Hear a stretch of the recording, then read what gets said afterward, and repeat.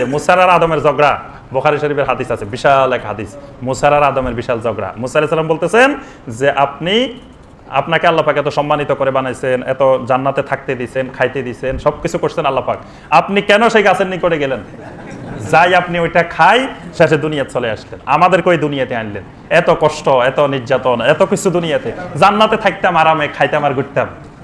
আদম আলাইহিস সালামের সাথে মুসা আলাইহিস সালাম ঝগড়া লাগলেন। আচ্ছা, আদম আলাইহিস সালাম শুনি রয়েছেন, আদম আলাইহিস সালাম তো মুরব্বী, বাবা আদম আলাইহিস সালাম যদি ছেলের মতো গরম হয়ে যায় কেমনে হয়, তাই আদম আলাইহিস সালাম প্রথম সব শুনছেন, শোনার পরে বলছেন, আচ্ছা আদম তুমি কি জানো, মুসা তুমি কি জানো যে তোমাকে সৃষ্টি করার কত বছর আগে আল্লাহ পাক তাওরাত লিখেছেন?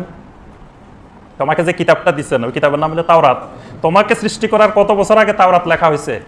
তো বলে, না, আমাকে সৃষ্টি করার কত বছর আগে তাওরাত লেখা হয়েছে, আমি আদমকে সৃষ্টি করার কত বছর আগে তাওরাত লেখা হয়েছে? বলছে 500 বছর আগে তাওরাত লেখা হয়েছে আপনাকে সৃষ্টি করা। তো আচ্ছা ঠিক আছে, তোমার তাওরাতে কি এই আয়াত আছে, ফাআসা আদামু রাব্বাহু ফাগাওয়া, আদম আলাইহিস সালাম তার রবের নির্দেশ অমান্য করছে, ফলে সে গাওয়া হয়ে গেছে, এই কথা কি তোমার তাওরাতে আছে? আছে। যে সময় আল্লাহ পাক এই কথা লিখছে তখন তো আমি আদমকে আল্লাহ বানায় নাই, আমি তো তখন নাই, আমি